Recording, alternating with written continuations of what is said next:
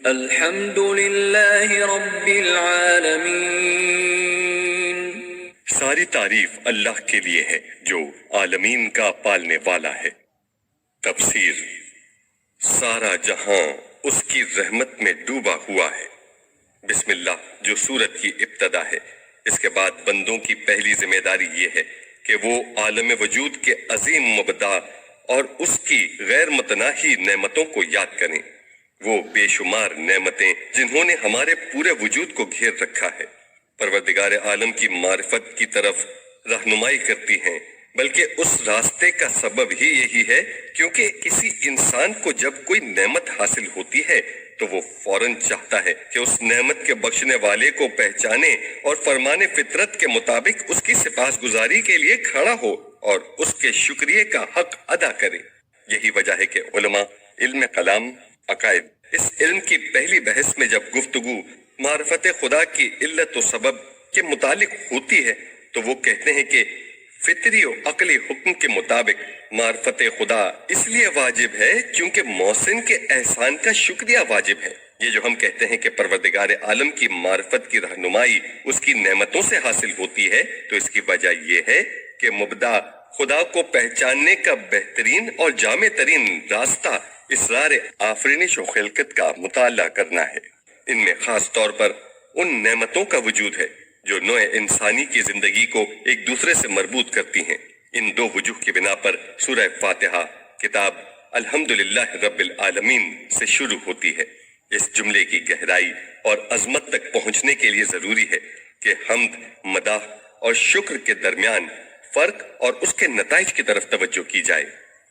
حمد نیک اختیاری کام یا نیک صفت کی تعریف کو عربی زبان میں حمد کہتے ہیں، یعنی جب کوئی سوچ سمجھ کر کوئی اچھا کام انجام دے یا کسی اچھی صفت کو انتخاب کرے جو نیک اختیاری اعمال کا سرچشمہ ہو تو اس پر کی گئی تعریف و توصیف کو حمد و ستائش کہتے ہیں۔ مدح کے معنی ہے ہر قسم کی تعریف کرنا، چاہے وہ کسی اختیاری کام کے مقابلے میں ہو یا غیر اختیاری کام کے۔ مثلا اگر ہم کسی قیمتی موتی کی تعریف کریں تو عرب اسے مدح کہیں گے۔ دوسرے لفظوں میں مدح کا مفہوم عام ہے جبکہ حمد کا مفہوم خاص ہے۔ شکر کا مفہوم حمد اور مدح دونوں سے زیادہ محدود ہے۔ شکر فقط انعام و احسان کے مقابلے میں تعریف کو کہتے ہیں۔ انعام و احسان بھی وہ جو کسی دوسرے سے اس کی رضا اور رغبت سے ہم تک پہنچے۔ البتہ ایک جہت سے شکر میں عمومیت بھی ہے کیونکہ شکریہ زبان و عمل دونوں سے ہوتا ہے جبکہ حمد و مدح عموماً فقط زبان سے ہوتی ہے۔ اب اگر ہم اس نقطے کی طرف توجہ کریں کہ اصطلاحی مفہوم میں الحمد کا الف اور لام جنس ہے اور یہاں عمومیت کا معنی دیتا ہے تو نتیجہ نکلے گا کہ ہر قسم کی حمد و ثنا مخصوص ہے اس خدا کے لیے جو تمام جہانوں کا مالک و پروردگار ہے۔ یہاں تک کہ جو انسان بھی خیر و برکت کا سرچشمہ ہے وہ پیغمبر اور خدائی رہنما نور ہدایت سے دلوں کو منور کرتا ہے اور درس دیتا ہے، جو سخی بھی سخاوت کرتا ہے اور جو کوئی طبیب جان لیوا زخم پر مرہم پٹی لگاتا ہے، ان کی تعریف کا مبدا بھی خدا کی تعریف ہے اور ان کی ثنا دراصل اسی کی ثنا ہے۔ بلکہ اگر خورشید نور افشانی کرتا ہے، بادل بارش برساتا ہے اور زمین اپنی برکتیں ہمیں دیتی ہے تو یہ سب کچھ بھی اسی کی جانب سے ہے، لہٰذا تمام تعریفوں کی بازگشت اسی ذات بابرکت کی طرف ہے۔ دوسرے لفظوں میں الحمدللہ رب العالمین توحید ذات، توحید صفات اور توحید افعال کی طرف اشارہ ہے۔ اس بات پر خصوصی غور کیجیے گا، یہاں اللہ کی توصیف رب العالمین سے کی گئی ہے۔ اصولی طور پر یہ مدعا کے ساتھ دلیل پیش کی گئی ہے، گویا کوئی سوال کر رہا ہو کہ تمام تعریفیں اللہ کے لیے کیوں مخصوص ہیں، تو جواب دیا جا رہا ہے چونکہ وہ رب العالمین ہے، یعنی تمام جہانوں میں رہنے والوں کا پروردگار ہے۔ قرآن مجید میں ارشاد ہے الذی احسن کل شیء خلقہ، یعنی خدا وہ ہے جس نے ہر چیز کی خلقت کو بہترین صورت میں انجام دیا۔ سورہ سجدہ آیت 7۔ نیز فرمایا وما من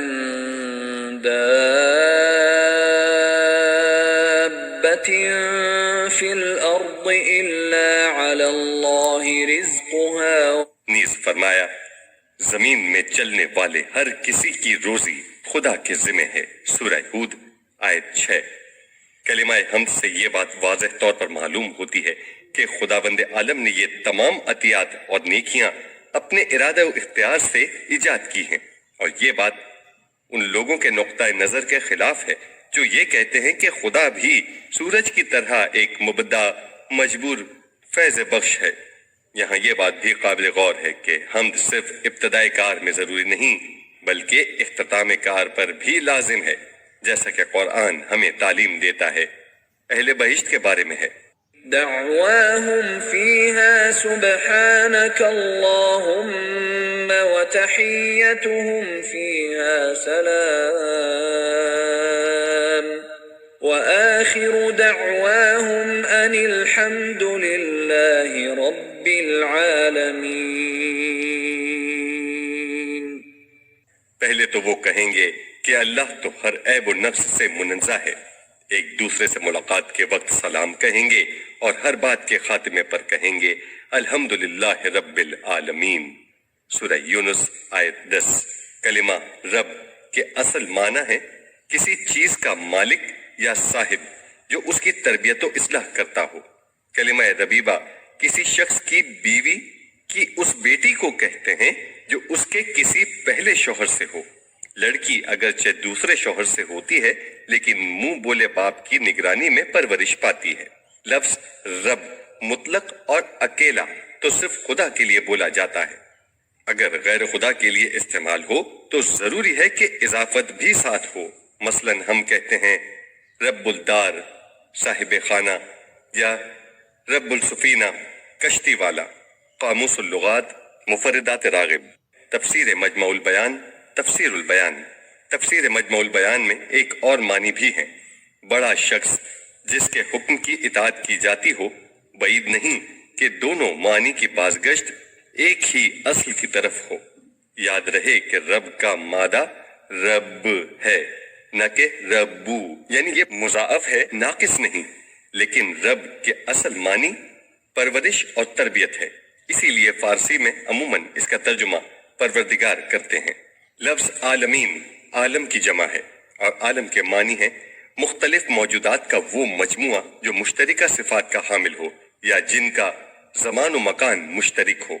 مثلا ہم کہتے ہیں کہ عالم انسان، عالم حیوان یا عالم گیاه، یا پھر ہم کہتے ہیں عالم مشرق، عالم مغرب، عالم امروز یا عالم دیروز۔ لہذا عالم اکیلا جمعیت کا معنی رکھتا ہے، اور جب عالمین کی شکل میں جمع کا صیغہ ہو تو پھر اس سے اس جہان کے تمام مجموعوں کی طرف اشارہ ہوگا۔ یہاں یہ سوال پیدا ہوگا کہ یا نون والی جمع عموماً ذی العقول کے لیے آتی ہے، جبکہ اس جہان کے سب عالم تو صاحب عقل نہیں ہے۔ اسی لیے بعض مفسرین یہاں لفظ عالمین سے صاحبان عقل کے گروہوں اور مجموعوں کی طرف اشارہ سمجھتے ہیں، مثلا فرشتے، انسان اور جن۔ یہ احتمال بھی ہے کہ یہ جمع تغلیبی ہو جس کا مقصد مختلف صفات کے حامل مجموعے کو صنف کی صفت سے متصف کیا جانا ہے۔ صاحب تفسیر المنار کہتے ہیں ہمارے جد امام صادق ان پر اللہ کا رضوان ہو سے منقول ہے کہ عالمین سے مراد صرف انسان ہے۔ مزید لکھتے ہیں کہ قرآن مجید میں بھی عالمین اسی معنی کے لیے آیا ہے، جیسا کہ لِيَكُونَ الْعَالَمِينَ نَذِيرًا، یعنی خداوند عالم نے قرآن اپنے بندے پر اتارا تاکہ وہ عالمین کو ڈرائے۔ سورہ فرقان آیت 1، تفسیر الثقلین جلد 1 صفحہ 17۔ لیکن اگر عالمین کے مواد استعمال قرآن میں دیکھے جائیں تو ہمیں نظر آئے گا کہ اگرچہ بہت سے مقامات پر لفظ عالمین انسانوں کے معنی میں آیا ہے، تاہم بعض موارد میں اس سے وسیع تر مفہوم کے لیے بھی استعمال ہوا ہے، جہاں اس سے انسانوں کے علاوہ دیگر موجودات بھی مراد ہیں۔ مثلا فَلِلَّهِ الْحَمْدُ رَبِّ السَّمَاوَاتِ وَرَبِّ الْأَرْضِ رَبِّ الْعَالَمِينَ۔ تعریف و ستائش مخصوص ہے اس خدا کے لیے جو آسمانوں اور زمین کا مالک و پروردگار ہے، جو مالک و پروردگار ہے عالمین کا۔ سورہ الجاثیہ آیت 36۔ ایک اور مقام پر ارشاد ہے، قال فرعون وما رب العالمين قال رب السماوات والأرض وما بينهما. فرعون نے کہا عالمین کا پروردگار کون ہے؟ موسیٰ نے جواب دیا آسمانوں، زمین اور جو کچھ ان دونوں کے درمیان ہے ان کا پروردگار. سورہ شورى آیت 23-24. قابل توجہ بات یہ ہے کہ ایک روایت میں جو شیخ صدوق نے عیون الاخبار الرضا میں حضرت علی سے نقل کی ہے، اس میں ہے کہ امام نے الحمدللہ رب العالمین کی تفسیر کے ضمن میں فرمایا رب العالمین سے مراد تمام مخلوقات کا مجموعہ ہے، چاہے وہ بے جان ہوں یا جاندار. تفسیر ثقلین جلد 1 صفحہ 17. جہاں یہ اشتباہ نہیں ہونا چاہیے کہ شاید ان روایات میں کوئی تضاد ہے، کیونکہ لفظ عالمین کا مفہوم اگرچہ وسیع ہے لیکن تمام موجودات عالم کا سہرا مہرا انسان ہے، لہذا بعض اوقات اس پر انگشت رکھ دی جاتی ہے اور باقی کائنات کو اس کا تابع اور اس کے زیر سایہ سمجھا جاتا ہے. اسی لیے اگر امام سجاد کی روایت میں اس کی تفسیر انسان کی گئی ہے تو اس کی وجہ یہ ہے کہ اس مجموعہ کائنات کا اصلی ہدف و مقصد انسان ہی ہے. یہ نقطہ بھی قابل توجہ ہے کہ بعض نے عالم کی 2 حصوں میں تقسیم کی ہے، عالم کبیر اور عالم صغیر. عالم صغیر سے ان کی مراد انسان کا وجود ہے، کیونکہ ایک انسان کا وجود مختلف توانائیوں اور قوہ کا مجموعہ ہے اور اس بڑے عالم پر حاکم ہے. اور حقیقت تو یہ ہے کہ انسان تمام کائنات میں ایک نمونہ اور ماڈل کی حیثیت رکھتا ہے. ہم نے عالم سے جو وسیع مفہوم مراد لیا ہے اس کا سبب یہ ہے کہ لفظ عالمین جملہ الحمدللہ کے بعد آیا ہے. اس جملے میں تمام تعریف و ستائش کو خدا کے ساتھ مختص قرار دیا گیا ہے. اس کے بعد رب العالمین کو بطور دلیل ذکر کیا گیا ہے. گویا ہم کہتے ہیں کہ تمام تعریفیں مخصوص ہیں خدا کے لیے، کیونکہ ہر کمال، ہر نعمت اور ہر بخشش جو عالم میں وجود رکھتی ہے اس کا مالک و صاحب اور پروردگار وہی ہے. چند اہم نکات. 1. تمام ارباب انواع کی نفی. تاریخ ادیان و مذاہب کے مطالعے سے معلوم ہوتا ہے کہ صحیح توحید سے منحرف لوگ ہمیشہ اس جہان کے لیے ارباب انواع کے قائل تھے. اس غلط فکر کی بنیاد یہ تھی کہ ان کے گمان کے مطابق موجودات کی ہر نوع ایک مستقل رب نوع کی محتاج جو اس نوع کی تربیت و رہبری کرتا ہے. گویا وہ خدا کو ان انواع کی تربیت کے لیے کافی نہیں سمجھتے تھے، یہاں تک کہ وہ عشق، عقل، تجارت اور جنگ جیسے امور کے لیے بھی رب نوعی کے قائل تھے. یونانی 12 بڑے خداؤں کی عبادت کرتے تھے جن میں سے ہر کوئی رب النوع تھا. یونانیوں کے بقول وہ اولمپک کی چوٹی پر بس میں خدا ہی سجائے بیٹھے تھے اور ان میں سے ہر ایک انسان کی ایک صفت کا مظہر تھا. اعلام القرآن صفحہ 202. ملک آشور کے پایہ تخت کلا میں لوگ پانی کے رب نوع، چاند کے رب نوع، سورج کے رب نوع اور زہرہ کے رب نوع کے قائل تھے. انہوں نے ہر ایک کے لیے الگ الگ نام رکھا تھا اور ان سب کے اوپر ماردوک کو رب الارباب سمجھتے تھے. روم میں بھی بہت سے خدا مروج تھے. شرک، تعدد خدا اور ارباب انواع کا بازار شاید وہاں سب سے زیادہ گرم تھا. اہل روم تمام خداؤں کو 2 حصوں میں تقسیم کرتے تھے، گھریلو خدا اور حکومتی خدا. خدایان حکومت سے لوگوں کو زیادہ لگاؤ نہ تھا کیونکہ وہ ان کی حکومت سے خوش نہ تھے. ان خداؤں کی تعداد بہت زیادہ تھی کیونکہ ہر خدا کی ایک خاص پوسٹ تھی اور وہ لامحدود معاملات میں دخیل ہوتا تھا. عالم یہ تھا کہ گھر کے دروازے کا ایک مخصوص خدا تھا، بلکہ ڈیوڑی اور صحن کا بھی الگ الگ رب النوع تھا. ایک مورخ کے بقول اس میں تعجب کی بات نہیں کہ رومیوں کے 30,000 خدا ہوں، جیسا کہ ان کے ایک بزرگ نے کہا تھا کہ ہمارے ملک کے خداؤں کی تعداد اتنی زیادہ ہے کہ گزرگاہوں اور محافل میں وہ افراد قوم سے زیادہ ہیں. ان خداؤں میں سے زراعت، باورچی خانہ، غلہ خانہ، گھر، گیس، آگ، میوہ جات، دروازہ، درخت، تاک، جنگل، حریق، شہر روم کے بڑے دروازے اور قومی آتش کدا کے رب نوع شمار کیے جا سکتے ہیں. تاریخ البرمالہ جلد 1 فصل 4 تاریخ زم. خلاصہ یہ کہ گزشتہ زمانے میں انسان قسم قسم کے خرافات سے دست و گریباں تھا. جیسا کہ اب بھی اس زمانے کی یادگار بعض خرافات باقی رہ گئے ہیں۔ نزول قرآن کے زمانے میں بھی بہت سے بتوں کی پوجا اور تعظیم کی جاتی تھی، اور شاید وہ سب یا ان میں سے بعض پہلے ارباب انواع کے جانشین بھی ہوں۔ علاوہ ازیں بعض اوقات تو خود انسان کو بھی عملی طور پر رب قرار دیا جاتا رہا ہے، جیسا کہ ان لوگوں کی مذمت کرتے ہوئے جو احبار، علماء یہود اور رہبانوں، تارک الدنیا مرد اور عورتیں کو اپنا رب سمجھتے تھے، قرآن کہتا ہے اتخذوا احبارهم ورهبانهم اربابا من دون الله انہوں نے خدا کو چھوڑ کر علماء اور راہبوں کو خدا بنا رکھا تھا۔ سورہ توبہ آیت 31۔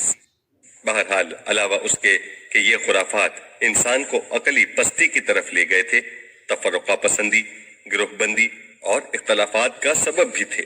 پیغمبران خدا بڑی پامردی سے ان کے مقابلے میں کھڑے ہوئے، یہاں تک کہ بسم اللہ کے بعد پہلی آیت جو قرآن میں آئی ہے وہ اسی سلسلے سے تعلق رکھتی ہے۔ الحمدللہ رب العالمین، یعنی تمام تعریفیں مخصوص ہیں اس خدا کے لیے جو تمام جہانوں کا رب ہے۔ اس طرح قرآن نے تمام ارباب انواع پر خط تنسیخ کھینچ دیا اور انہیں ان کی اصلی جگہ وادی عدم میں بھیج دیا، اور ان کی جگہ توحید و یگانگی اور ہمبستگی و اتحاد کے پھول کھلا دیے۔ قابل توجہ بات یہ ہے کہ تمام مسلمانوں کی ذمہ داری ہے کہ وہ روزانہ اپنی شب و روز کی نمازوں میں کم از کم 10 مرتبہ یہ جملہ پڑھیں اور اس اللہ کے سایہ رحمت میں پناہ لیں جو ایک اکیلا خدا ہے، جو تمام موجودات کا مالک، رب، سرپرست اور پرورش کرنے والا ہے، تاکہ کبھی توحید کو فراموش نہ کریں اور شرک کی پرپیچ راہوں میں سرگرداں نہ ہوں۔ 2. خدائی پرورش، خدا شناسی کا راستہ۔ کلمہ رب دراصل مالک و صاحب کے معنی میں ہے، لیکن ہر مالک و صاحب کے لیے نہیں، بلکہ وہ جو تربیت و پرورش بھی اپنے ذمہ لے۔ اسی لیے فارسی میں اس کا ترجمہ پروردگار کیا جاتا ہے۔ زندہ موجودات کی سیر تکامل اور بے جان موجودات کا تحول اور تغیر، نیز موجودات کی پرورش کے لیے حالات کی سازگاری و اہتمام جو ان میں نہاں ہے، اس پر غور و فکر کرنا خدا شناسی کے راستوں میں سے ایک بہترین راستہ ہے۔ ہمارے اعضائے بدن میں ایک ہم آہنگی ہے جو زیادہ تر ہماری آگاہی کے بغیر قائم ہے۔ یہ بھی ہماری بات پر ایک زندہ دلیل ہے۔ ہماری زندگی میں جب کوئی اہم حادثہ پیش آتا ہے اور ضروری ہوتا ہے کہ ہم پوری توانائی کے ساتھ اس کا مقابلہ کریں، تو ایک مختصر سے لحظے میں ہمارے تمام اعضاء و ارکان بدن کو ہم آہنگی کا حکم ملتا ہے، تو فوراً دل دھڑکنے لگ جاتا ہے، سانس میں شدت پیدا ہو جاتی ہے، بدن کے تمام قوا مجتمع ہو جاتے ہیں، غذا اور آکسیجن خون کے راستے فراوانی سے تمام تک پہنچ جاتی ہے، اعصاب آمادہ کار، عضلات اور پٹھے زیادہ حرکت کے لیے تیار ہو جاتے ہیں، انسان میں قوت تحمل بڑھ جاتی ہے، درد کا احساس کم ہو جاتا ہے، نیند آنکھوں سے اڑ جاتی ہے، اور اعضاء میں سے تکان اور بھوک کا احساس بالکل ختم ہو جاتا ہے۔ کون ہے جو یہ عجیب و غریب ہم آہنگی اس حساس موقع پر اس تیزی کے ساتھ وجود انسانی کے تمام ذرات میں پیدا کر دیتا ہے؟ کیا یہ پرورش خدائے عالم و قادر کے سوا ممکن ہے؟ اس پرورش اور تربیت کے سلسلے میں بہت سے قرآنی آیات ہیں جو انشاءاللہ اپنی اپنی جگہ پر آئیں گی، اور ان میں سے ہر ایک معرفت خدا کی واضح دلیل ہے۔